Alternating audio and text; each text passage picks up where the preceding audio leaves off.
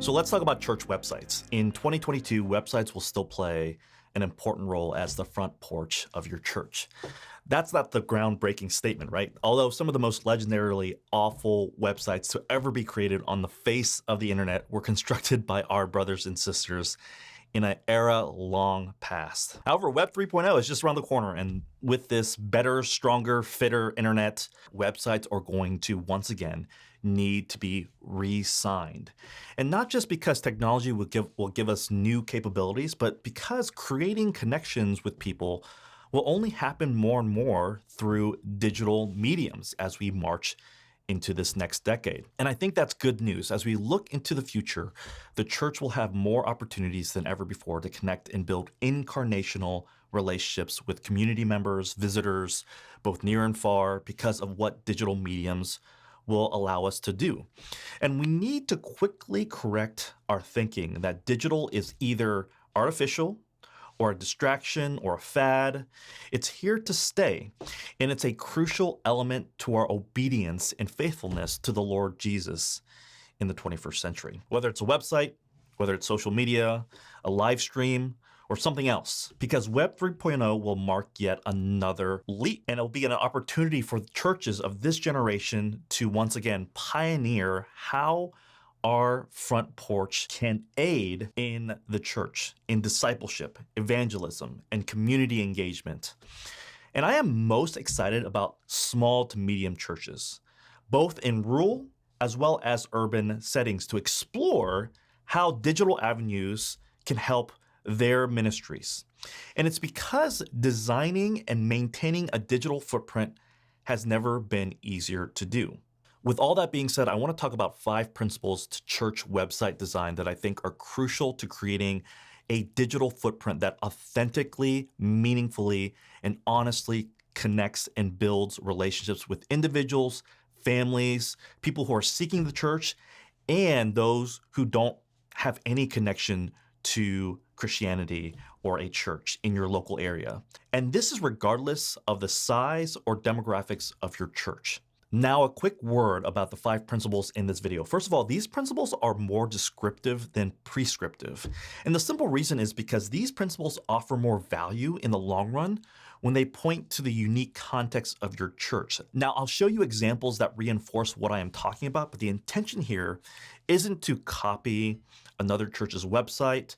It's not to just create generic websites that are meant to be the most opportunistic. Every church is different with different needs. And so the website should reflect those differences. And not every website will have the same function. Secondly, these principles are not intended to make your website do the heavy lifting of what people should be doing in a thriving faith community. Websites don't replace people. What websites should do is accurately reflect what your people already embrace and do. Lastly, principles for digital design take a long time to create, but they even take longer to implement.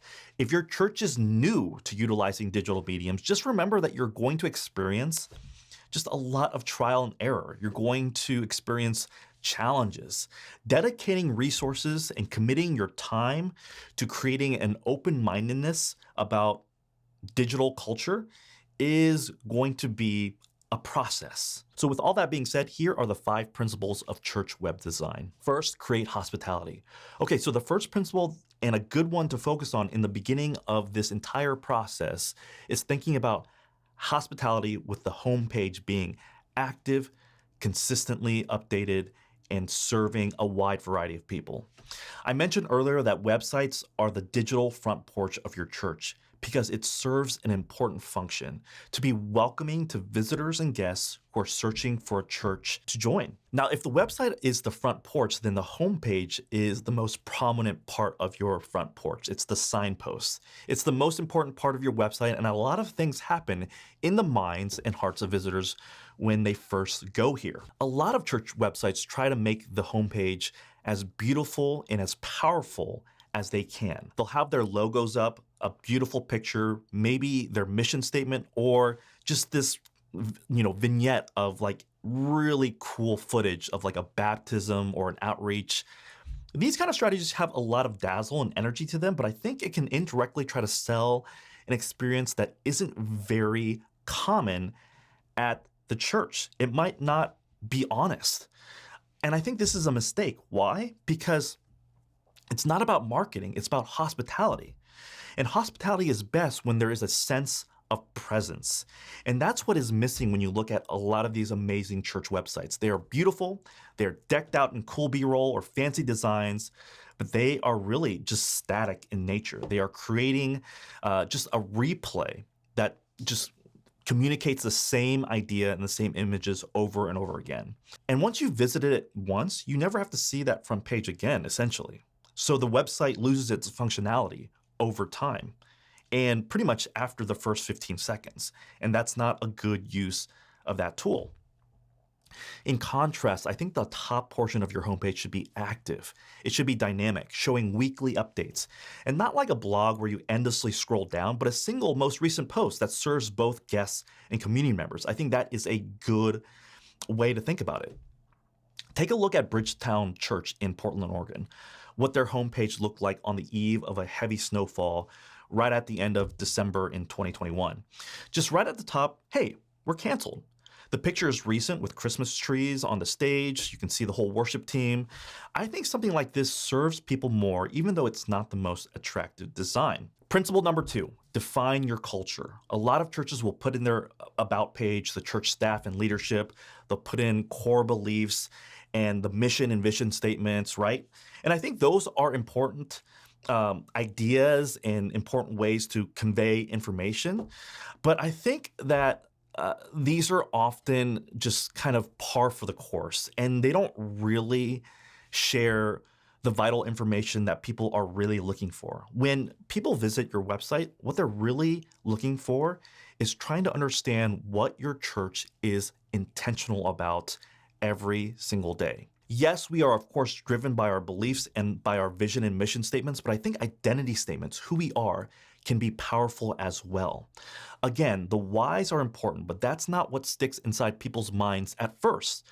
The how statements are much less abstract, much more memorable in the shorter term, and I think it also keeps the church accountable to her daily identity. When you go to the About page at Oaks Church, the first thing you see is the culture of the church. They have on there right up front on the main About page, 1, we are for your family. 2, we are party people. 3, we are generous givers. 4, we are for this community. 5, we are always getting better. 6, we are always inviting. Now, there's plenty of things that I would love to see Oaks Church try to do to make this specific page more personal and meaningful, but I like that the staff page and the beliefs page are really just sub-pages to this. They have chosen to make this the most important part, that it's the very first thing that visitors will look at when they get to the About page. And I think there's something there. Let me say one more thing, and it goes back to the accountability thing that I mentioned. When you paint your culture, you also create a challenge to live up to that culture. For example, if you say you're all about hospitality, then your ministry better have strategies and staff and members that won't let people fall through the cracks. And I know some people will want to stay incognito. I know some people want their privacy. I get that. But you better acknowledge them in some way. Find out if they need anything, answer questions they might have, and create a point of contact. Because up to that point, that's their only information in context of your church if they're visiting for the first time. They saw it on the website and they're expecting hospitality. And see, everyone has a form of hospitality, right? The challenge is, how are you going to paint your version of hospitality? And so it is a question of theology, but it's also a question of culture and identity. And it's a really important thing to communicate through your website. And look, I've looked at a lot of websites over the last month, and you're not going to distinguish your church from any other church in your area with mission and vision statements. They're eerily similar. You have to know your culture and paint it everywhere, especially on your website. But if you are aligned in your culture and in your ministry, I think creating a website that reflects those things can be unique and powerful, and it's going to help your church stand out. All right, let's talk about principle number 3, and this one is huge. You have to tell your story, all of them. One of the most frustrating things on a lot of church websites is the absence of storytelling. Churches are built on the greatest story of all time, and yet on a website of all places, you rarely find stories. And if you visit these church websites, you'll be told about the amazing events that they have planned, but you'll never see a page where they share how those events turned out. Who showed up? How many people came? What happened? You get bios and short intros for staffs, but you never have a spot where there's a short video about them and their story of Jesus, a testimony. And what about the origin stories of the church, how it was founded? And what's ahead? What is the church trying to tell in the future? These are eerily absent. Churches should be telling the story of Jesus every single day in the life of their church. And I really think it's because of this really important reason. God made us to have story-shaped hearts. Storytelling is difficult and takes a lot of work to be powerful and honoring, but it should go hand in hand with media. It should go hand in hand with programming and just all the various ministries that your church is involved with. I like how Cornerstone Community Church shares their origin story, told by their senior pastor.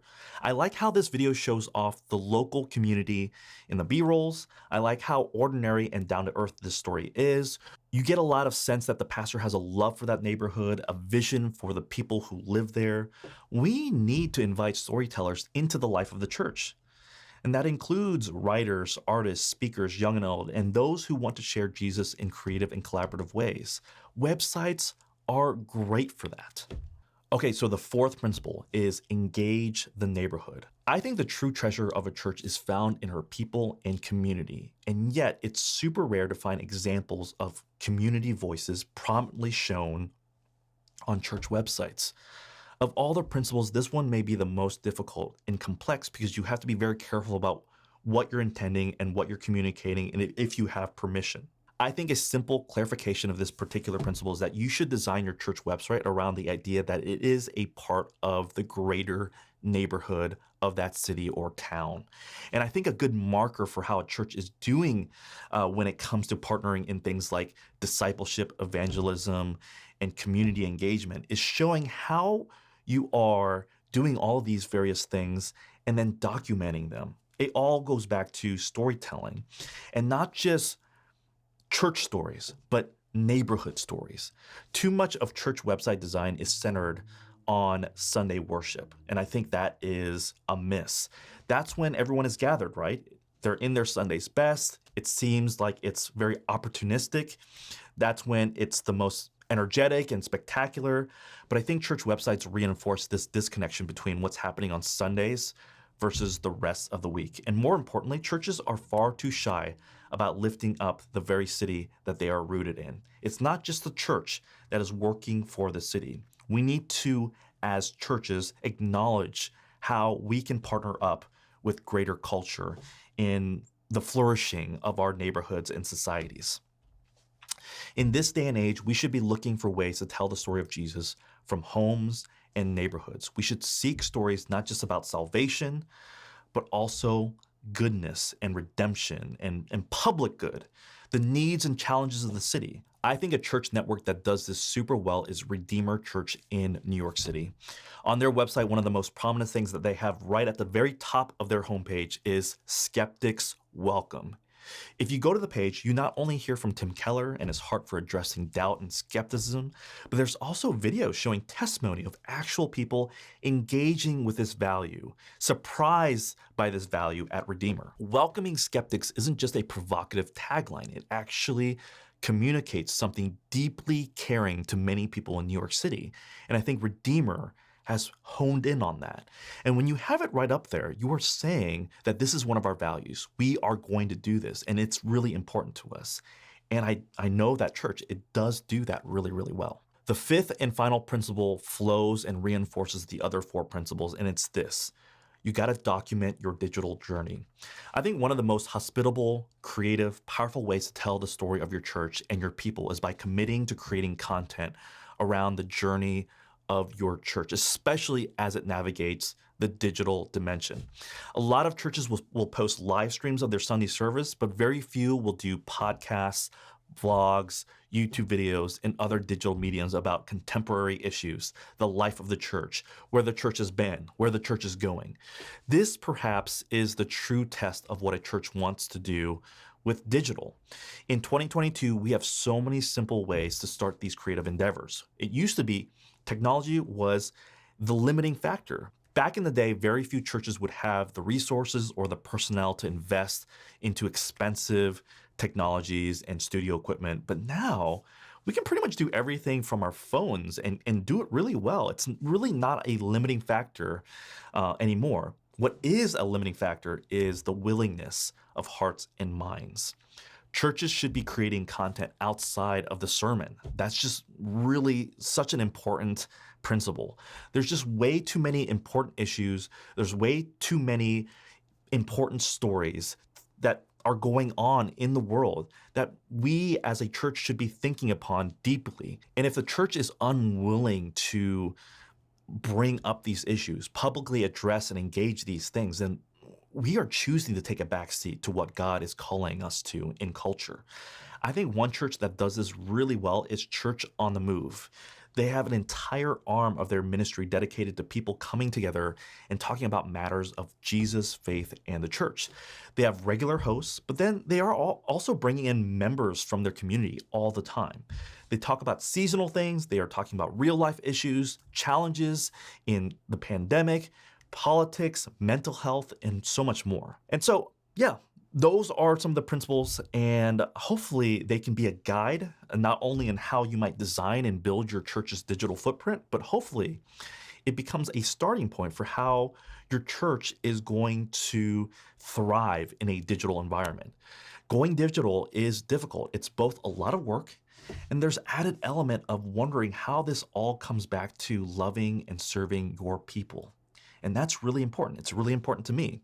But one thing is really clear. The inevitable church will become more and more digitized in interesting, weird, and powerful ways. The only thing we don't know yet is how we are all going to get there, but we are going to get there. God is faithful. And so I'm praying for you. I pray that as we journey together into the future, we can be guides for one another. And I hope that you feel encouraged to pursue the Spirit in these matters and tell the story of Jesus. Peace.